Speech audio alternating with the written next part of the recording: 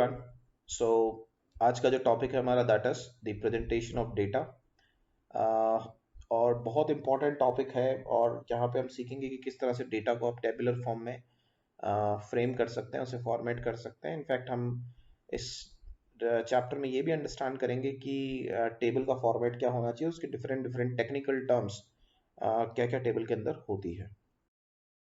Before I proceed मैं आपको बता दूं कि इस चैप्टर से पहले हम लोगों ने जो है जो पॉइंट डिस्कस किया था दैट वाज फ्रीक्वेंसी डिस्ट्रीब्यूशन, और ये पहली स्टेप होती है डेटा को क्लासिफाई करने की। ये मैं आपको पिछले लेक्चर में बता भी चुका हूँ। अब जो एक अलग स्टेप, जो अगला स्टेप है डेटा को क्लासिफाई करने में, वो डेटा प्रेजेंटेशन आता है, जहाँ पे आप डिफरेंस देखते हैं कुछ वैल्यूज के अंदर, उन्हें कंपेयर करने की कोशिश करते हैं, और उसके बाद उस डेटा को आप जो है प्रेजेंट करते हैं बहुत सिस्टमेटिक तरीके से। और वो प्रेजेंटेशन आप किसी भी फॉर्म में कर सकते हैं। जो सबसे ज़्यादा पॉपुलर है उसे आप टेबुलर फॉर्म में या ग्राफ फॉर्म में दिखाते हैं।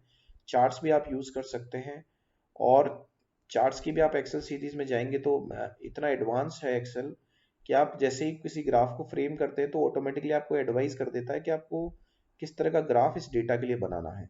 तो प्रेजेंटेशन ऑफ डेटा जो है वो किसी भी आप फॉर्म में कर सकते हैं। प्रेजेंटेशन ऑफ डेटा का सिंपल मतलब ये है कि आप टेक्सचुअल फॉर्म में ना रख के डेटा को टेबल, ग्राफ्स एंड चार्ट की हेल्प से उसे डिस्कस करते हैं। और चार्ट्स की भी बहुत सारी फॉर्म्स हैं। आपके जो मेजर चार्ट्स हम डिस्कस करेंगे यहाँ पे, वो पाई चार्ट्स और बार चार्ट्स पे ही ज़्यादा फोकस हमारा रहेगा। जब हम इस चैप्टर को फिनिश कर लेंगे तो कुछ चीज़ें बिल्कुल आपको समझ में आने लगेगी। और ऑगिव एक कॉन्सेप्ट है, ये भी हम डिस्कस करेंगे जो बहुत इंपॉर्टेंट है अपने आप में। इसके अलावा हम टेबल को डिस्कस करेंगे, उसके जो स्पेशल टेबल के क्या क्या पर्पस होते हैं, क्या फॉर्मेटिंग होना चाहिए टेबल का, किस तरह से हम मल्टीपल और सिंपल डायग्राम बना सकते हैं। ये मैं आपको थियोरेटिकली ही बताऊंगा क्योंकि एक्सेल सीट में तो ये पॉसिबल नहीं है। हाँ, मैं आपको क्लासरूम कम्युनिकेशन में चीज़ सिखा दूंगा।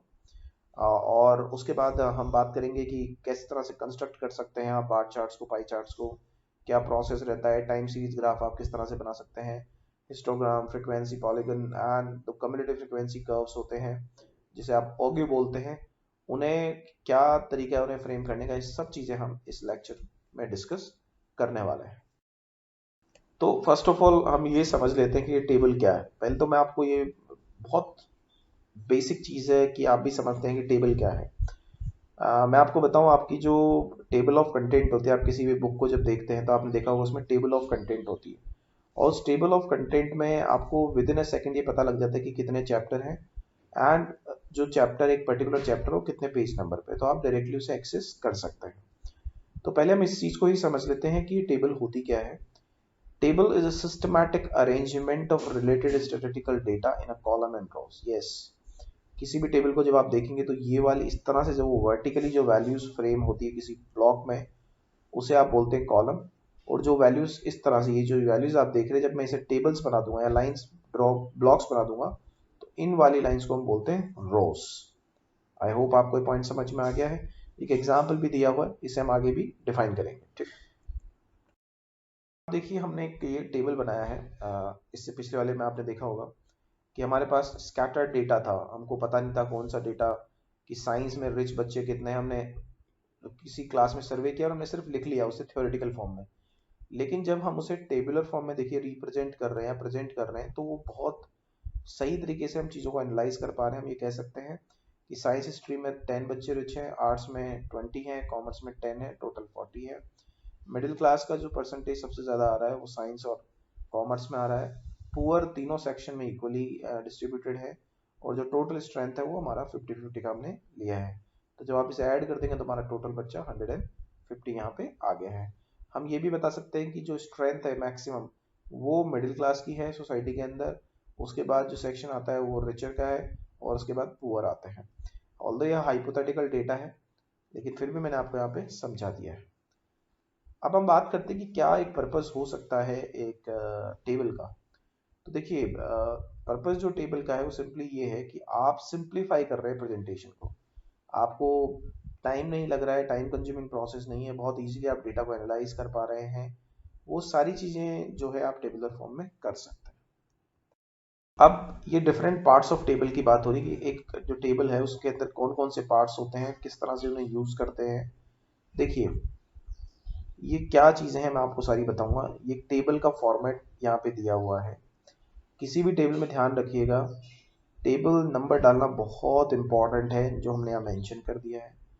उसी टेबल नंबर के जस्ट बराबर में आप उसका टाइटल मेंशन करते हैं, एंड फिर आप ये भी मेंशन करते हैं कि जो वैल्यूज गिवन है उस टेबल के अंदर, वो जो अंदर वैल्यूज गिवन होंगी वो वैल्यूज करोड्स में है, लैक्स में है, मिलियंस में है, बिलियंस में है।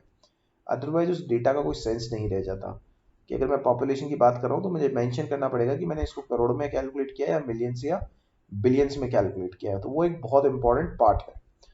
यहाँ पे इस साइड हम सब एंट्रीज डालते हैं। यहाँ हमारी स्टब हैड्स होते हैं, ये हमारे कॉलम हेड्स होते हैं। जैसे अभी मैंने आपको बताया था साइंस, कॉमर्स, आर्ट्स, तो वो हमारे कॉलम हेड हैं। ये वाली हमारी रोज होती हैं, और ये हमारा main body of the table होता है। जो जैसे मैंने अभी आपको बताया था पिछले आपने स्लाइड देखी होगी, उसमें जो साइंस की टेबल थी वो main body of the table था।